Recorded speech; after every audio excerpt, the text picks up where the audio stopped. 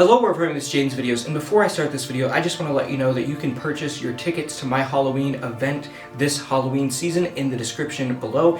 Fearville, which runs the last 2 weekends in October, and it is a brand new Halloween event hosted by yours truly, much similar to other major Halloween events around there in the state of Florida. This one is located. You could buy your tickets now in the link in the description. Pre-sales $15.99, $14.99, my bad. And at the gate is going to cost you $17. So, without further ado, let's get into this unboxing and review, which is on the Halloween City Party City 2022 Torture Box Woman Animatronic. The one animatronic I truly needed for my haunt this season, and I'm so happy I was able to get it. I was getting so worried that I wouldn't be able to get it because my store wasn't getting it in stock. And though I did buy other animatronics this season, those are mostly going to go in the main area of Fearville, like the common area, or we also have a hayride other than Fearbrook Asylum, which is obviously the main attraction, the haunt. There's also a hayride, there's a main like scare zone area. Other animatronics I bought this season are going to go in that area, but for the haunt in particular, which is obviously the most important part, this and Psycho Sam are the only ones I bought this year that I'm going to be using in that haunt because it is an asylum. What are the odds that we have not seen an asylum animatronic in around 10 years? In the year that I'm doing an asylum themed haunt, they come out with quite possibly one of the best ones ever made. She's just so cool, and I'm so happy to be seeing disturbing props again. Way to go, Halloween City, way to go, listening to what the people want. Here she is, here's her box, the cool black and orange Halloween City box. She retails for $199.99 at both Halloween City and Party City if you want to get her. She's a great seller, so keep that in mind. We're going to take her out. First, there's her adapter, of course, right here. I just want to get that out of the way first. But this, I'm going to have to tip her on her side, it looks like. Alright, let's take her out. I know she's going to be a very, very simple setup that she's made by, she's made by Techie. And so their setups are very simple, but also she's all one piece. So that should definitely be an easy setup, considering that fact. This is her body's coming out first, which also has her head attached and the torture box itself. Can't really see her face too well in there right now, but she looks great. And her head's like on a bobble thing, so that when she moves, the head like bangs into the glass, which as you can see, that's why there's blood there. And her blood, I think her blood looks great. A lot of people don't. I think it looks good, especially up here. I mean, you can tell it's painted and that it's not like super glossy blood, but in the dark, who cares? I mean, it looks good. I like it. I'm just happy to see a lot of blood. She's also got lights that are going to illuminate her head in there. Just, that's so cool. And I'm so happy this is all in piece. That makes it such a simple setup. But this is her body with her awesome straight jacket, which looks really cool and is some pretty good quality too. Take a look at that. Such a cool animatronic. These are her pants, which also have a lot of blood on them, which is fantastic. It makes me so happy to see. And then her feet, which look pretty good. They just look like your average Techie feet. Only one has blood on them, but there they are. They're pretty good. I mean, they're just average Techie feet. They're not like super detailed or anything. But they look good for what they are. We have her instructions right in here, which that's going to be super simple. I don't even know if we're going to do that. Here is her module and control box and everything like that. Obviously you have foot pad, off, on, volume control, adapter jack, speaker jack, foot pad jack, all that stuff. Volume control, let's turn her all the way up because she's got some creepy audio, so we're going to want her at max volume. Yep, she's all the way up, so that's good. Here's her poles. B, A, C, you know, all that stuff, got some poles there. This is good quality metal. This is not the type of metal that is going to like have any welding break on it. Like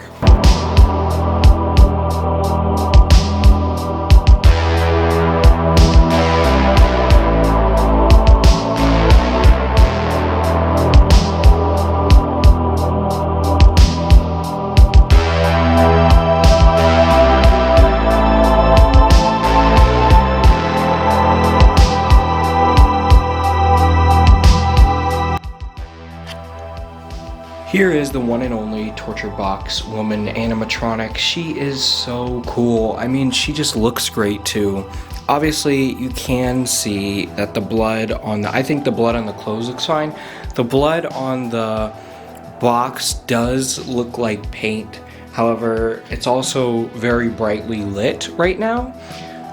In the dark, in a haunt, I think it'll be fine, especially since she's got interior lighting, which will mostly just shine it from the back, that means. So it will mostly just look like the shadow of blood instead of actually seeing that it's paint. Could be touched up on, for sure. You could add some perma blood on top of that and that would look perfect. But it's not bad. I say for what she is still really, really cool. It's gonna be hard to show her face just because it's so dark in the box, but you can see just, she's 6 feet tall, so she's a average sized animatronic. Very awesome looking though. The torture box itself looks cool. It's just a plastic, but I think it's definitely sturdier than I thought it would be, which is a great thing. It looks great, has some cool detailing on there to make it actually look metal. Looks pretty awesome. Obviously the blood does add a lot to it. Her straight jacket looks great too. It's a really cool straight jacket. Now I would have preferred if it was white because most straight jackets are white, not this off-white grayish color. I never really have seen a straight jacket that's that color. I wish it was white. Also, I feel like the blood would have popped more if it was. But it's not really a big deal, just one little thing I think they could have done a little bit better. But it does look great. Her straight jacket looks fantastic. Looks like a real one from afar. It's just regular animatronic clothing material, but like I said, from afar, it definitely does look like a real straitjacket, which is great. And I do like the blood on it. I think the blood on the straitjacket looks a lot less like paint, which is a good thing. It actually looks more like blood. So that's great. Showing the straitjacket a little bit more close up here, one thing I do wish it had, I wish it had more straps, like the strap across the arms and stuff. I feel like that would have been a cool touch. However, it does have, I didn't even notice this at first because the fabric's kind of in front of it, but it does have some buckles here, which is good. I'm glad that it has that, so it's not, doesn't just look like a shirt where her arms are wrapped around. But her arm, she doesn't actually have arms. This is just kind of filled with like foam, basically, in there, some kind of like fabric-y foam, and it gives her arms some shape. I wish it was a little more bulky, like I wish they were bulked out a little bit more, because they're kind of thin, but it's not really a big deal. These do tie in the back, they're tied in the back. So I suppose you could untie them and have her arms to the side, but that would kind of ruin the whole purpose of the animation and everything. I feel like it looks better like this. Pants are fairly basic apart from some blood stains, but it's not a big deal. I think they look fine. She's an asylum inmate, she just needs plain pants. Anyways, the feet, like I already mentioned when I was unboxing her, they're just your general techie prop feet. They're just basic. They've got some detailing on them, nothing too immaculate, but it doesn't really matter. I'm just glad that she actually has them, so it doesn't just like end at where the thing cuts off, because sometimes props would do that. Or what would be even worse is if she had shoes, because I don't know why she'd have shoes when she's an asylum inmate. So I feel like I'm actually very grateful that they included this. It's a very small, unnoticeable thing, but it definitely adds to the realism, which is a huge plus. Though it's gonna be hard to see, I'm gonna take the flashlight and give you as good of a look at her face as I can. A lot of it is mostly just because the blood covers it, but obviously you also have a bit of a glare. So you can see her face though. Now, I'm glad that it's not very visible because it makes it so much creepier that you just slightly see it. So I think that's a great touch. She's got some cool eyes. Her eyes do look great in there, so you can still see them. They do look great, and they do have like bruising. She's got like she's got a black eye, which is cool. Also her mouth, which I might need to move over a little bit. You can see her mouth, her teeth showing, and she's got black around her lips. So she definitely looks like she's been beat up, which I really like. They did not shy away from, even though her head is in the box and so it's not super visible, they didn't shy away on detail. Like they added a lot of detail where she looks really beat up. And I think that's awesome. Like she looks creepy for sure. She looks like she's been through a lot, and it just makes it so much more realistic. Also, she's got really good looking hair, definitely looks real, and I really appreciate that. Now her head is on a spring. That's not a separate motor. I think some people might have thought that was a separate motor. It's on like a spring, and so that when she moves, she's supposed to bang her head into there, though I've noticed some models do it better than others. Mine, when she twists, she doesn't really bang her head into it. It kind of just sways a little bit, but that's fine. It's not that big of a deal. Possibly sometimes it might bang its head into it. I think it really just depends on the model for some reason, because I've seen some do it better than others. It still moves though, which is good. That's a great thing. But yeah, that is what causes that, is just the fact there's a spring, and you can see that when her head does bang, it would look rather cool, and that's why the blood's there in the first place. She's really cool though. Also, as you're going to see in her animation, she's got LEDs in there which do shine on her face, but like I mentioned, it's still not super visible. It's still like very dark, especially in haunt lighting it will be, but they shine on her face for like split seconds whenever electrocution sounds happen in the audio, which I think is awesome.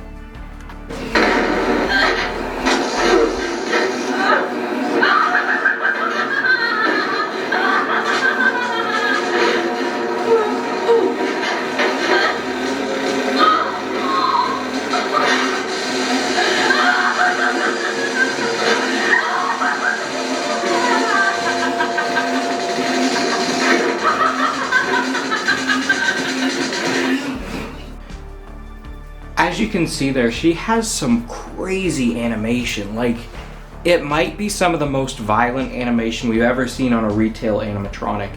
It's intense. Her thrashing is super fast, looks super real, and is incredibly creepy and disturbing. I know for a fact a ton of people are going to get freaked out by this prop in my haunt. I'm going to have it in one of the asylum hallways, so like a long hallway of the asylum. She's going to be either off to the side or at the end of the hallway. I know she's going to freak out people like crazy, because not only is she super creepy looking, she looks so real when she moves, and I love it. I also want to mention her audio is so cool. And they didn't go overboard with like the background sounds or anything. It's just a dark ambient drone that kind of works. Her laughing's great, and her kind of screams are great. I think one of my favorite parts about it is for sure the electrocution sounds that sync up with when she actually gets electrocuted. That's fantastic. It's very creepy, very disturbing. Also, another thing I want to mention with her is that though she is 100% an asylum animatronic, literally made for an asylum, she's in a straitjacket, I think she could work in other things. She's not as versatile as a lot of other props. She really mostly works in just an asylum, but like I mentioned, you could use her as just a captive or someone who's being experimented on or something. So you could use her in any type of theme that would have something like that. Mostly I'm thinking a laboratory would be another alternative other than the asylum theme. I could see her working in a lab just fine, though at heart she's definitely an asylum animatronic. And so if you're doing an asylum or anything like that, get her. She's so perfect. I knew as soon as I saw her that I had to get her, considering my theme for this year. She's so great, and honestly, I'd say worth the price. Considering prices of a lot of things nowadays, I think she's definitely one of the best ones where you're going to get a big bang for your buck, because she's very creepy, she's very effective, she's got some crazy animation, and she's just super cool. And regular 6-foot animatronics in recent years have typically been around $200, and she is that price, but she's got a crazy cool animation that's really complex too. One thing I do want to mention though, because her animation is so fast, you're going to want to weight her down. You're going to want to put some kind of rock, a sandbag, whatever on her base, because she is so fast that she moves all over the place. Like, she slides across the floor when she's activated. The only way I was able to stop her doing that for this demo was to hold her in place. But if you're not doing that or whatever, she's going to slide all over the place. So you're going to want to weigh her down for sure on that base to make sure she stays stable. Anyways, with all of that out of the way, this is a phenomenal animatronic. I'm not quite sure if it's my favorite of the season, because if I wasn't doing an asylum haunt this year, I probably wouldn't be as drawn towards it. I think the fact that I'm doing an asylum this year and it came out this year makes me like it a lot more. Though, objectively speaking, I would say she's still the most impressive, creepiest, and coolest animatronic of this season, without a doubt. Though I just don't know if she's my favorite, and if the only reason that I'm saying she is because I'm doing an asylum. It's very hard. But I think she's definitely, I'd say, the best for your money, and the best just overall creep, disturbing factor. I think she's the best of the season, and she's at Halloween City, which really shows Halloween City is stepping up their game and becoming a huge, huge impact on the Halloween industry. And I really, really hope they continue on this path, because they are doing amazing. I hope you all enjoyed this video. Let me know what you think of the Torture Box Woman in the comments below, and if you plan on getting your own, or if you've already gotten your own. Keep howling at the moon, my werewolves.